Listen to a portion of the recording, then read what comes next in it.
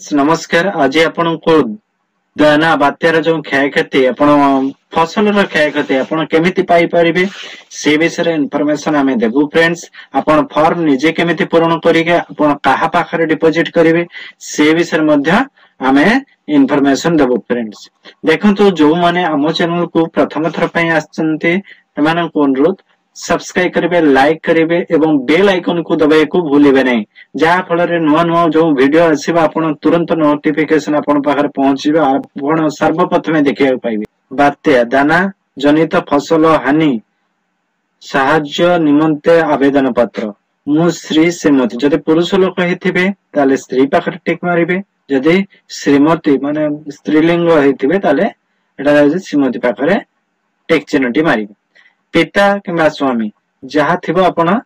ताहारी परे टिक चिन्ह मारिबे आपणकर सा अर्थ होचे ग्राम ग्रामर ना लिखिबे पोस्ट जहाँ थिबो लिखिबे थाना आपण लिखिबे जिला आपणक हिसाब रे लिखिबे आपणकर कोन जिल्ला रे क्षयक्षति हेछि से जिला हिसाब रे आपण लिखिबे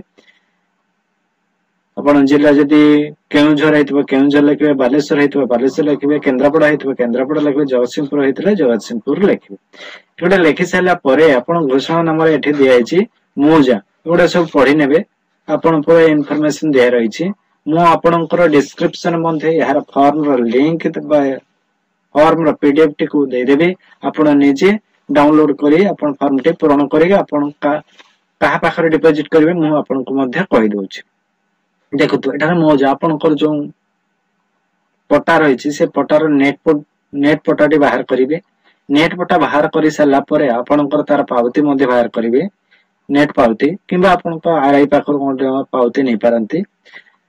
नेट पावती काटी साला परे तापर कोन करबे एठी मौजा देखो आपण पट्टार मौजा लेखा मौजार अर्थ ग्राम एठारे ग्रामर लिखिबे खाता नंबर अर्थ खतियान नंबर आपण को फर्स्ट पेज रे थिबो खतियान नंबर से खतियान नंबर टी एठार लिखिबे प्लॉट नंबर जहाँ आपण को प्लॉट नंबर पछपटर रे थिबो देखबे प्लॉट नंबर सेठी आपणकर धर एग्जांपल आपण का एग्जांपल दे होची जदी आपण पाखरे 2 एकर जागा रही छै सेठी आपण चारिटा प्लॉट करा जाय छै जदी चारिटा प्लॉट करा जाय छै कोटे कोंडार घर बाडी रही छै कोंडारे पोखरी अछि बा जोंडा जलाशय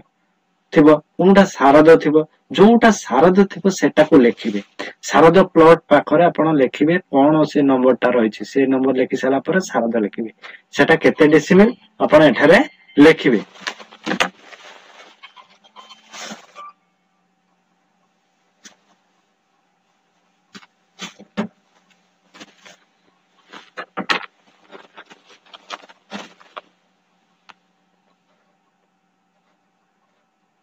प्लॉट नंबर लिखि साला कि सारद लिखि साला परे एटारे प्लॉट नंबर जोंठी सारद लेखा थो तार साइड रे देखिबे प्लॉट नंबर लेखा होय छै सेही प्लॉट नंबर टिक लिखिबे जोंठी पोखरी किंबा आपणकर रही छी जोंटा कोन कोनती आपणकर घर बाडी सेगुडा से प्लॉट को लिखिबे कारण सेथिरे चाष करा जाय नाही सेतबे से गुडी को लिखिबे नै लिखि साला पे किसम होची सारद आपण प्लॉट नंबर लिखि साला सारद लिखिबे एठी केते डेसिमल ता लिखिबे द्वितीय रे जदी आपणकर द्वितीय प्लॉट रे जदी सारद थिबो ताले से मौजा को लिखिबे खाता नंबर लिखिबे प्लॉट नंबर लिखिबे एठारे किसम लिखि देबे एठी केते डेसिमल लिखि देले लिखि साला परे आपण कोन करे बैंक अकाउंट देखु तळ को आसंतु बैंक अकाउंट आपण को आरआई रिपोर्ट करिया पड़िबो बैंक अकाउंट और शाखा बैंक रो नाम और शाखा एटे बैंक को बैंक जो बैंक थिबो आपनकर एग्जांपल मो स्टेट बैंक ऑफ इंडिया तार ब्रांच आपण थिबो जो ब्रांच थिबो तटे ता पाखरे लिखि देबे लिखि साला परे आपनकर अकाउंट नंबर तार अकाउंट नंबर टे लिखिबे आईएफएससी कोड एठारे लिखिबे अकाउंट धारी जो अकाउंट नंबर टे दोचंती तार कहार अकाउंट नंबर ना टच एटा लिखिबे मोबाइल नंबर टे एठी लिखि सारिबे लिखि साला परे एठारे कोन करछि खाता रतियन स्वाक्षर तार अर्थ खातार जो ना रही छी आपनकर जो ये जे आवेदन करिसंती एठारे जे आवेदन करिसंती तांकर एठारे स्वाक्षर दरकार तार अर्थ एठारे स्वाक्षर दरकार जदि दुई जनकर ना थिबो ताले दुई जनकर एठारे जणे अप्लाई करिवे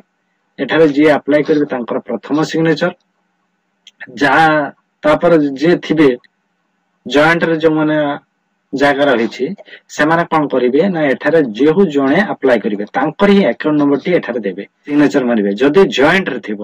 ସେ ପ୍ରଥମେ ସିଗ୍ନେଚର ମାରିବେ ତାପରେ ଆଉ ଯେତେ ଜଣ ଥିବେ ସେ ପଟାରେ ସେତେ ଜଣ ସିଗ୍ନେଚର ମାରିବେ ଆଉ ତାଙ୍କର ଆଧାର କାର୍ଡ ମଧ୍ୟ ଜଏଣ୍ଟ କରିବେ ତାଙ୍କ ଆଧାର କାର୍ଡ ରେ ସିଗ୍ନେଚର ଦରକାର ନାହିଁ ଏଠାରେ ଅଛି ଗ୍ରାମର ଭଦ୍ର ବ୍ୟକ୍ତିଙ୍କର ସ୍ୱାକ୍ଷର ଏଠାରେ ଗ୍ରାମର 2 ଜଣଙ୍କର ଭଦ୍ର ବ୍ୟକ୍ତିଙ୍କର ସ୍ୱାକ୍ଷର ଆବଶ୍ୟକ ଏଠା ହଉଛି ଆରଆଇ ରିପୋର୍ଟ କରିବି ଆରଆଇ ଏକ ରିପୋର୍ଟ କରି ସାରିଲା ପରେ ତାଙ୍କର ଷ୍ଟାମ୍ପଟି ଏଠାରେ ବସି ସାରିଲା ପରେ କରି ସାରିଲା ପରେ ତାଙ୍କର ସିଗ୍ନେଚର ମାରି ସାରିଲା ପରେ ଏଠାରେ ଚେକ୍ ଭେରିଫାଇ ହବ ଆପଣଙ୍କ ବ୍ଲକ ରେ ନେଇକି ମଧ୍ୟ ଆପଣ ଡିପୋଜିଟ କରିପାରନ୍ତି ନହେଲେ ଆରଆଇ ଙ୍କୁ ଦେଇଦେବେ ଆରଆଇ ଦେଲେ ମଧ୍ୟ ଆରଆଇ ମଧ୍ୟ ଡିପୋଜିଟ କରିବେ ତାପରେ ରାଜସ୍ୱ ନିରୀକ୍ଷଣ ଯୋଉଟା ଆପଣଙ୍କ ଆରଆଇ ରିପୋର୍ଟ ହେଇସାରିଲା ପରେ ଆପଣ କଣ କରିବେ ନା ବ୍ଲକ କୁ ନେଇ ଡିପୋଜିଟ କରିପାରିବେ ନହେଲେ ଆରଆଇ ପାଖରେ ମଧ୍ୟ ଦେଇଦେଲେ ଆପଣ ପଇସା ପାଇପାରିବେ ଏମିତି କରି ସାରିଲା ପରେ ଆପଣ ଫର୍ମରେ କଣ ସବୁ ଯୋଡ଼ିବେ ନା ଆପଣଙ୍କର ଆଧାର କାର୍ଡ ଯୋଡ଼ିବେ ତା ଦେହରେ ପରିଚୟ ପତ୍ର ଦେବେ ଆପଣଙ୍କର ଆକାଉଣ୍ଟ ନମ୍ବର ଦେବେ ଆକାଉଣ୍ଟ ଜେରକ୍ସ ଦେବେ ସବୁ ଜେରକ୍ସ ଆକାଉଣ୍ଟ ଜେରକ୍ସ ଆପଣଙ୍କର ଆଧାର କାର୍ଡ ଜେରକ୍ସ ଆଉ ପରିଚୟ ପତ୍ର ଯଦି ଥିବ ପରିଚୟ ପତ୍ର ଜେରକ୍ସ ଦେବେ କିନ୍ତୁ ଆଧାର ହଉଛି ମ୍ୟାଣ୍ଡେଟୋରୀ ଆଉ ଆପଣଙ୍କର ପାଉତି ମଧ୍ୟ ଜେରକ୍ସ ଦେଲେ ଭଲ ଦେଲା ପରେ ଆପଣ ଆରଆଇ ପାଖରେ ଡିପୋଜିଟ କରିଦେବେ କରି ସାରିଲା ପରେ ଆପଣ କଣ କରିବେ ନା କିଛି ଦିନ ପରେ ଆପଣଙ୍କ ଆକାଉଣ୍ଟ କୁ ପଇସାଟି ଆସିଯିବ ଦେଖନ୍ତୁ ଫ୍ରେଣ୍ଡସ୍ ଯଦି ଆପଣଙ୍କ କିଛି ଡାଉଟ ଥିବ ଆପଣ କମେଣ୍ଟ କରିପାରନ୍ତି ଦେଖନ୍ତୁ ଆମେ ଆପଣଙ୍କୁ ଆପଣ ନିଜେ ଘରେ ବସି କେମିତି କରିପାରିବେ ଫର୍ମଟି ପୂରଣ ତା ବିଷୟରେ ଇନଫର୍ମେସନ ଦେଲୁ ଫ୍ରେଣ୍ଡସ୍ ଆଉ ଯଦି କିଛି ଜାଣିବାର ଅଛି କମେଣ୍ଟ କରିବେ ମୁଁ ଡିସ୍କ୍ରିପସନ ରେ ଏହାର ଫର୍ମଟି ଦେଇଦେବି ଆପଣ ନିଜେ डाउनलोड करिपारे नहले कोनोसी साइबर कैफे को जाइके मध्य डाउनलोड करिपारे साइबर कैफ बा कंप्यूटर दुकान को जाई मध्य डाउनलोड करिपारे आ किछि जानवर थिले हमको कमेंट करबे आ प्रथम थर पर जदि आस्थिबे आपण हम चैनल को ताले सब्सक्राइब करिया को भूलिबे नै थैंक यू जय हिंद।